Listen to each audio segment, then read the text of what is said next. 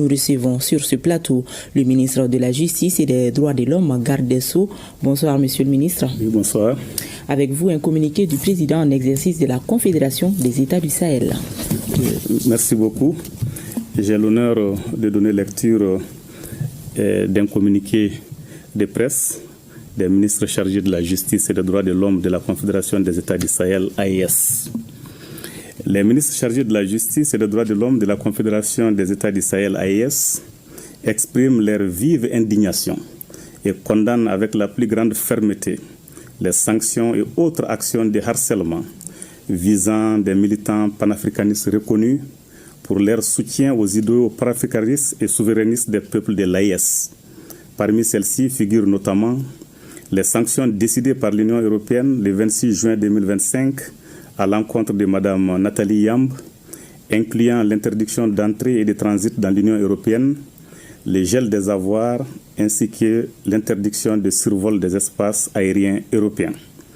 L'arrestation illégale, la séquestration dans une caserne et la mort suspecte de l'activiste feu M. Alain Christian Traoré dit Alino Faso en République de Côte d'Ivoire et les diverses mesures de harcèlement contre Dr Franklin Nyamsi, M. Kémy Séba, M. Ibrahima Maïga et d'autres panafricanistes en République française et ailleurs.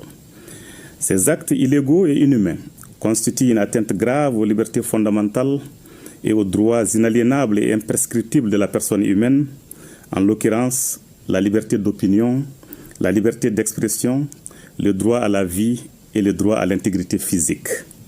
Ils violent de surcroît les principes même de la Déclaration universelle des droits de l'homme, de la Charte africaine des droits de l'homme et des peuples et de la Charte des droits fondamentaux de l'Union européenne.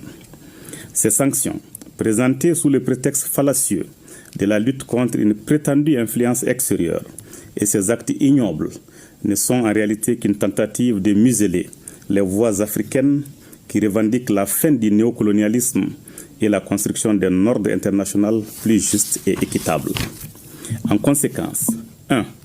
Tout en présentant leurs condoléances émues à la famille et aux proches de feu M. Alain Christian Traoré dit Alino Faso, ainsi qu'à tous ceux qui partagent son combat.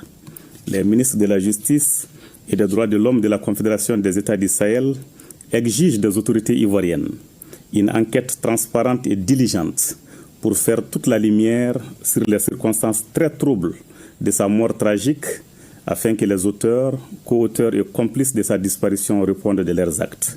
2.